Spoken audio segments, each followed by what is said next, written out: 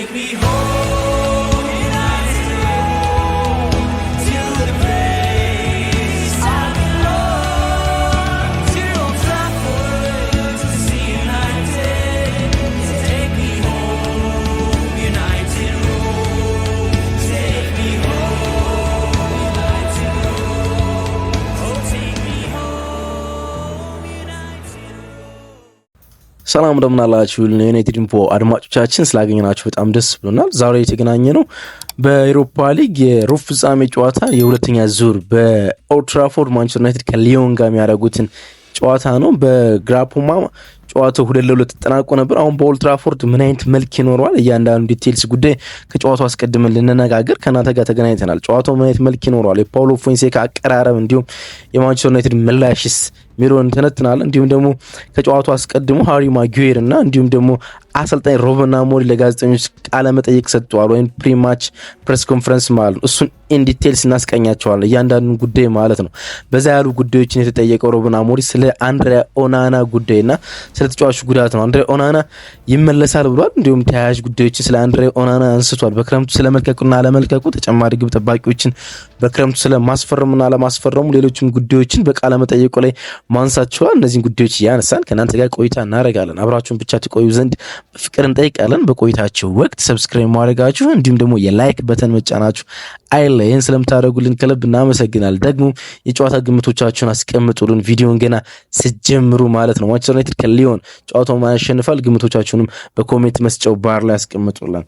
ከመግቢያ መሸጋገሪያ ሙዚቃ በኋላ ዳግም መለሳለሁ።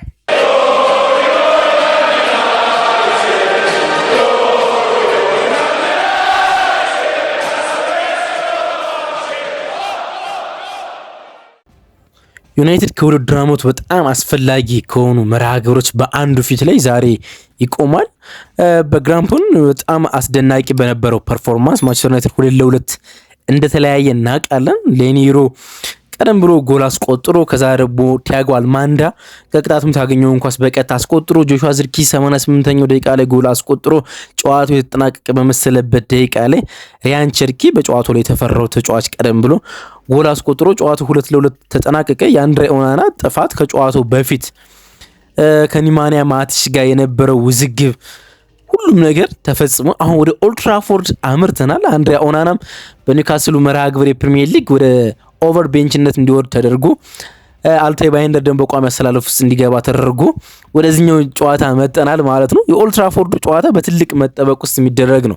የውድድር ዓመቱ ሲበዛ በጣም በርቀት ወሳኙ ጨዋታ ነው ማለት እንችላለን። ማንቸስተር ዩናይትድ የሚቀጥለውን የውድድር ዓመት የሚወስን ጨዋታ እንደሆነ ከጨዋታው አስቀድሞ ሩበን አሞሪም በሰጠው ጋዜጣዊ መግለጫ ላይ መናገር ችሏል። ከጨዋታው ከዚህኛው ዘገባዬ በኋላ መጨረሻ አካባቢ ላይ አስደምጣቸዋለሁ የእሱን ሙሉ ፕሬስ ኮንፈረንስ ማለት ነው።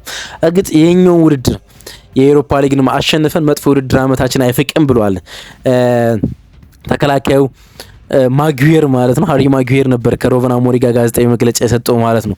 ግን ደግሞ ቶታሊም ደግሞ ስናስበው ውድድር ዓመቱ ሲበዛ በጣም መጥፎ ነበር። ያን መጥፎ ውድድር ዓመት ከዚህም በላይ መጥፎ እንዳይሆን መታደግ ይቻላል። አንድም ዋንጫ ማግኘት ይቻላል። በአውሮፓ ሊግ የአውሮፓ መድረክ ሁለተኛው ግዙፍ ውድድር ነው። እሱን ማግኘት ይቻላል። ሁለተኛ ጠቃሚ ያለ ውድድሩን ገንዘብ ማግኘት፣ ሶስተኛ ደግሞ በአውሮፓ ሻምፒዮንስ ሊግ የሚቀጥለው ዓመትን የመወዳደሪያ ትኬት ማግኘትና ብዙ ነገሮች አሉት። ያን ነገር ለማድረግ ደግሞ ወሳኝ ከሆኑ መርሃ ግብሮች አንዱ ይሄኛው የኦልድ ትራፎርድ የመልስ ጨዋታ ይሆናል ማለት ነው። ሆም አድቫንቴጁን በሚገባ ከሚጠቀሙ ክለቦች አንዱ ማንቸስተር ዩናይትድ ነው ማለት እንችላለን። ከሪያል ሶሲዳድ ጋር ባቻ ውጤት ተጠናቆ ከመጣ በኋላ ባስክ ላይ በኦልድ ትራፎርድ መጥቶ 5-2 ሲያሸንፍ ተመልክተናል። አሁንም ግራፖማ ላይ 2-2 ቢጠናቀቅም ጨዋታው ማንቸስተር ዩናይትድ ይህን ጨዋታ የማሸነፍ ከፍተኛ ግምት ይኖረዋል ማለት ነው። በጨዋታው ውስጥ ከምንጠብቃቸው ሁለት ተጫዋቾች አንዱ ራስመስ ሆይሉንድና ብሩኖ ፈርናንዴዝ ነው። መቼም የራስመስ ሆይሉንድ የዚህ ውድድር ዓመት አቋም የሚታወቅ ነው። ግን ደግሞ በአውሮፓ ውድድሮች ላይ የተሻለ ቁጥሮች አሉት፣ የተሻለን ፐርፎርም ያደርጋል። በ12 የጎል ተሳትፎች አሉት በአውሮፓ ውድድር ላይ ማለት ነው። ከባለፈው ዓመት ጀምሮ 10 ጎልና 2 አሲስቶች አሉት። ይሄ ደግሞ የላቀ ቁጥር እንደሆነ መናገር እንችላለን። ብሩኖ ፈርናንዴዝ ሌላው በዚህኛው ጨዋታ ላይ በብዙ የምንጠብቀው ተጫዋች ነው። በዚህኛው ጨዋታ ላይ ብቻ ሳይሆን በየሳምንቱ ማንቸስተር ዩናይትድ በሚያከናውናቸው መርሃ ግብሮች ውስጥ እንደሱ ተጠባቂው ተጫዋች ስለመኖሩ እርግጠኛ አይደለሁም። 18 አሲስቶችን ማድረግ ችሏል። በኤሮፓ ሊግ አጠቃላይ ማለት ነው። ይሄ ደግሞ ከድሬስ መርቲንስ ጋር ከናፖሊ ቀድሞ የናፖሊ አሁን ደግሞ የጋላታሳሪ የአጥቂ መስመር ተጫዋች ጋር እኩል የሚያደርገው ቁጥር ነው። በአውሮፓ የኤሮፓ ሊግ ውድድሮች ላይ 18 አሲስት ሁለቱም አላቸው ማለት ነው። የውድድሩ ከፍተኛ ነው። እንግዲህ ውድድሩ እንደገና ሪብራንድ ከተደረገ በኋላ 2009 ላይ ማለት ነው ከፍተኛ አሲስት ያስመዘገቡ ሁለት ተጫዋቾች ካሉ ብሩኖ ፈርናንዴዝ እና ድሬስ መርቴንስ ናቸው ማለት ነው።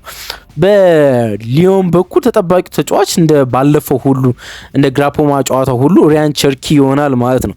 ምክንያቱም በዚህ ውድድር ዓመት በኤሮፓ ሊግ ብቻ 11 ጨዋታዎች ላይ ተሳትፎ 11 ጎሎች ላይ በቀጥተኝነት ተሳትፏል። 3 ጎልና 8 አሲስት። ባለፈው ሳምንት እንዳየነው አንዱ አሲስት ማንቸስተር ላይ ኦናና ላይ የተቆጠረው ወይም ኦናና ሪባውንድ ያደረገው የተፈን ኳስ ያስቆጠረበት መንገድ ነው።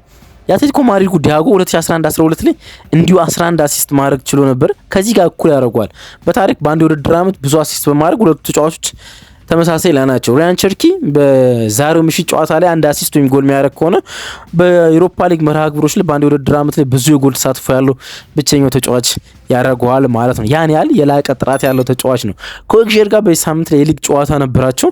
ሪያን ቸርኪ ለአሌክሳንደር ላካዛቲ እና ጆርጅ ማካቶዚዲ ለሁለቱ አጥቂዎች አሲስት ማድረግ ችሏል እና ያን ያህል በጣም ኮምባይኔሽን አላቸው። አሌክሳንደር ላካዛቲ ተቀይሮ ሲገባ ተመልክተው ነበረ። በዚህኛው መርሃ ግብር ላይ በቋሚ አሰላለፍ ልንመለከተው እንችላለን። ግን ጆርጅ ማካታቲ እንዲሁም ደግሞ ሪያን ቸርኪ ከአሌክሳንደር ላካዛቲ ጋር ያላቸው ጥምረት ለማንቸስተር ዩናይትድ በጣም ሌላኛው ፈታኙ ነገር ይመስለኛል። እንግዲህ ከ12 ከሜዳቸው ውጭ ባረጓቸው የአውሮፓ መድረክ ጨዋታዎች በአንድ ብቻ ነው የተሸነፉት። 2017 ዲሴምበር ላይ እርግጥ በአውሮፓ መድረክ በየአመቱ ተሳትፎ የላቸውም። የሊግ ውድድሮቻቸው ላይ ደካማ የሚሆንባቸው ጊዜያቶች ስላሉ ማለት ነው። ግን እንዳልኳችሁ ከሜዳቸው ውጭ ካረጓቸው 12 መርሃ ግብሮች አንድ ሽንፈት ብቻ ነው ያላቸው።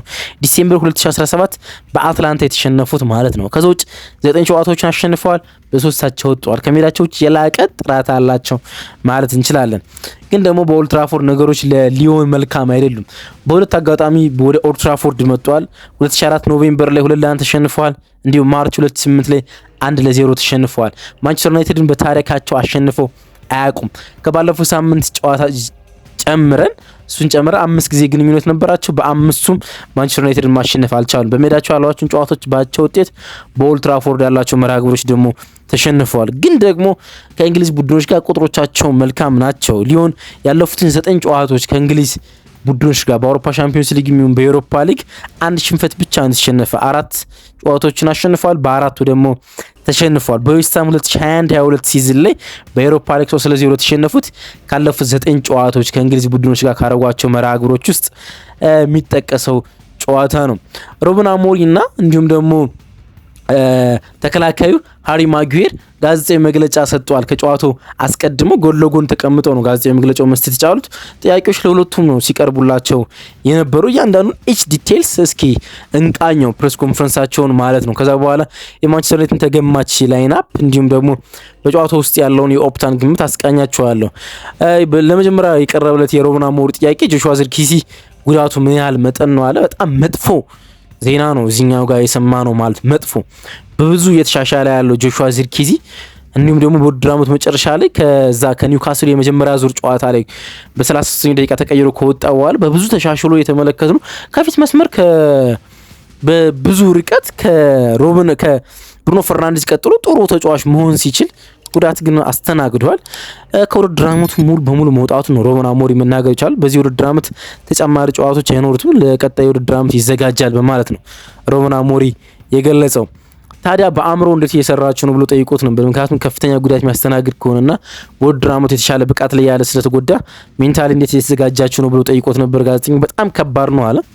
በተለየ በዚህ ቅጽበት በጣም ከባድ ነው። በሁሉም የጨዋታ ገጽታዎች እየተሻሻለ ነበረ፣ ግን የእግር ኳስ አንዱ አካል ነው። ለማገገም አሁን ዝግጁ መሆን አለበት፣ ያን ከሱ ይጠበቃል በማለት ነው ሩበን አሞሪም መናገር የቻለው። ባሳለፍነው ሳምንት ስለ ግብ ጠባቂዎች ብዙ ወሬ ነበረ አለ። ማን እንደሚጀምር ማረጋገጥ ትችላለህ ብለው ጠየቁት። ከአልቴ ባይንደርና አንድሬ ኦናናን ማለታቸው ነው።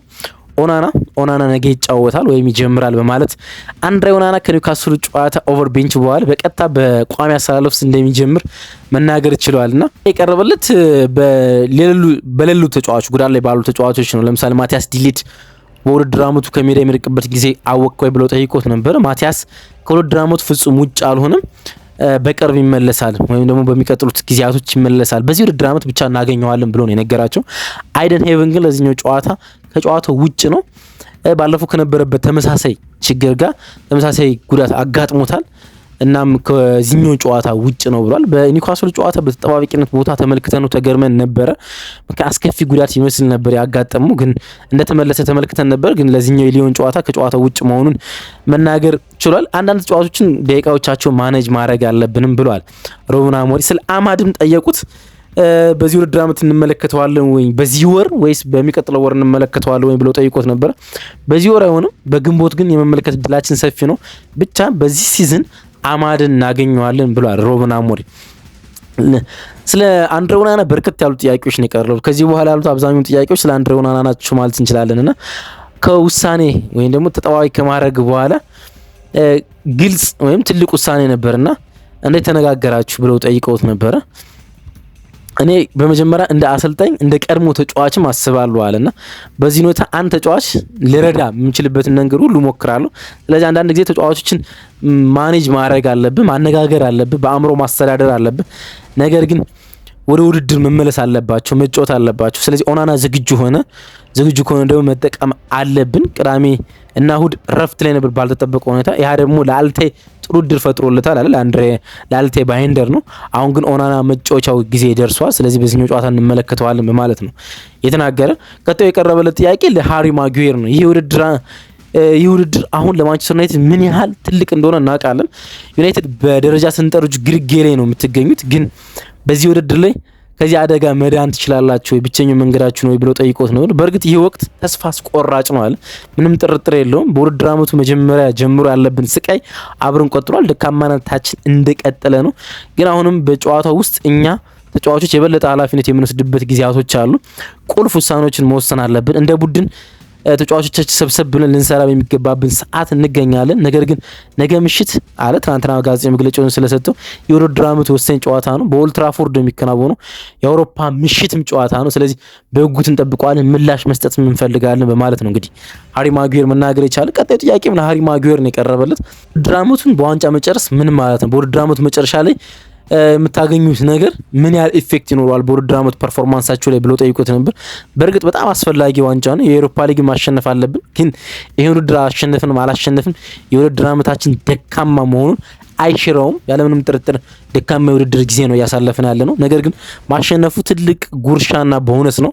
ለዚህ ክለብ መጫወት ዋንጫን ይጠይቃል። የአውሮፓ ሊግ ዋንጫን ማንሳት ደግሞ ልዩ ዋንጫ ነው የሚሰጥህ ነገር ይሆናል። በሚቀጥለው ውድድር ዓመት በአውሮፓ ሻምፒዮንስ ሊግ እንድንገባ እድል ይሰጠናል። ምክንያቱም በፕሪሚየር ሊግ ይህን ማሳካት አንችልም፣ ግልጽ ነገር ነው። ስለዚህ ይህን ዋንጫ ማግኘት የሚሰጠው ቤኔፊት ትልቅ ነው በማለት ነው እንግዲህ መናገር የቻለው ሩበን። ሌላ የጠየቁት ጥያቄ ስለሚቀጥለው ውድድር ዓመት ፕላን ኤ እና ፕላን ቢ ያሰብክ ነው ወይ ብለው ጠየቁት። የሚቀጥለው ውድድር ዓመትን ለማሰብ በበጀት ላይ ያለውን ነገር ማሰብ አለብን። የሚቀጥለው ውድድር ዓመትን ዘመን ስታቅድ አስፈላጊው ነገር ይሄኛው የአውሮፓ ሻምፒዮንስ ሊግ ላይ ነገሮች መለወጥ ስለሚችል ይሄኛው ጨዋታ አስፈላጊ ነው ትመለከተዋለህ። ምክንያቱም በአውሮፓ ሻምፒዮንስ ሊግ ላይ የምትሳተፍ ከሆነ ከፍተኛ ቡድኖች ጋር ተጫወታለህ። በሳምንቱ መጨረሻ ደግሞ የፕሪሚየር ሊግ ከፍተኛ ውድድር አለብህ። ስለዚህ ቡድንን የምታዘጋጅበት መንገድ የቡድን ስኳድ ጥራት የምታዘጋጅበት መንገድ ይለያያል። በአውሮፓ ሻምፒዮንስ ሊግ ማንሳተፍ ከሆነ ግን የመዘጋጃና የረፍት ጊዜያቶች ይኖሩናል። ስለዚህ ቡድናችን በክረምት የምናዘጋጅበት ወቅት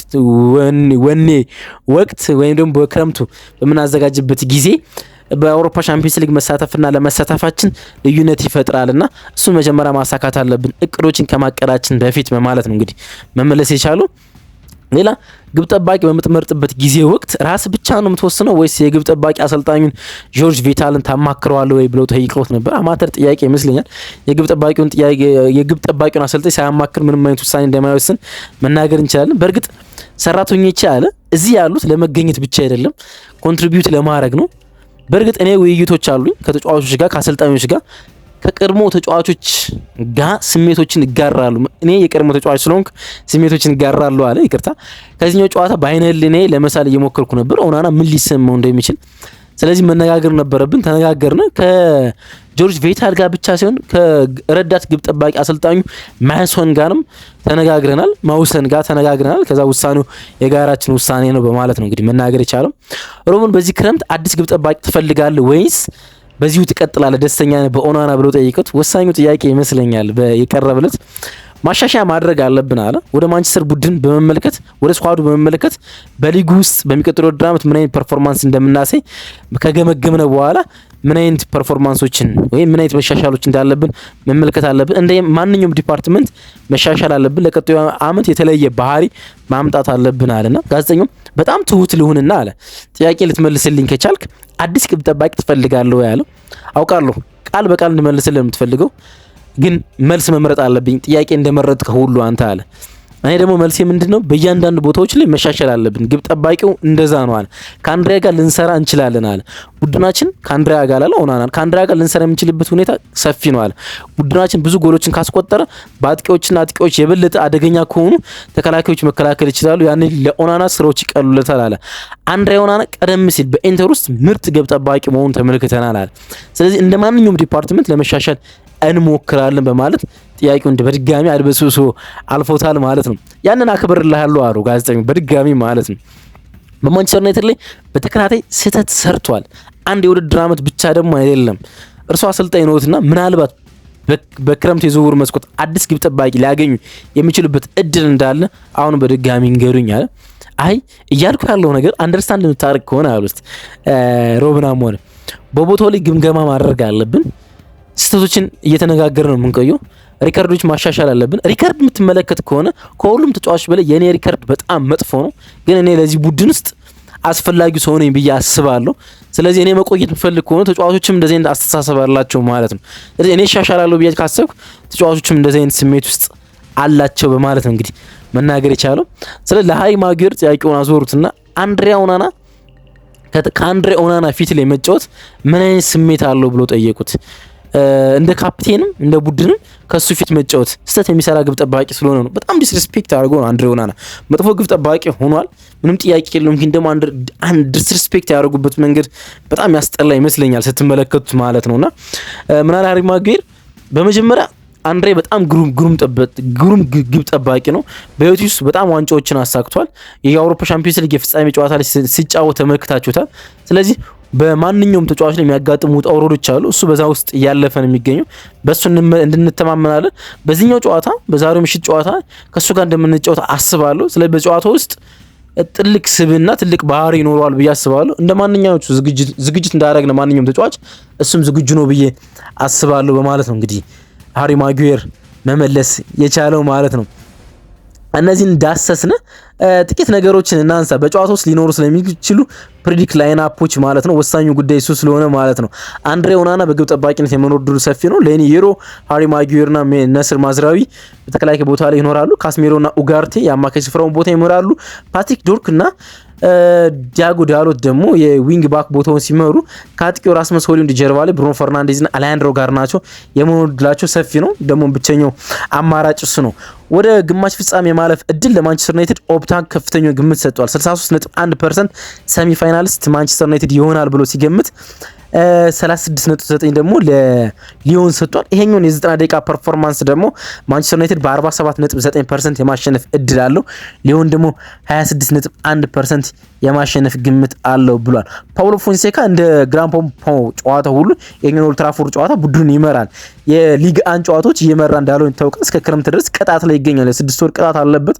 ግን የአውሮፓ ውድድሮች ላይ ቅጣቱ ስለማሄድ ይኖራል። የጨዋታ ግምቶቻችሁን እንደተለመደው አስቀምጡልን። አብራችሁን እስከ ይሳ ስለቆያችሁ ከልብ እናመሰግናለን። መልካም ጨዋታ፣ መልካም ቀን ይኖርላችሁ።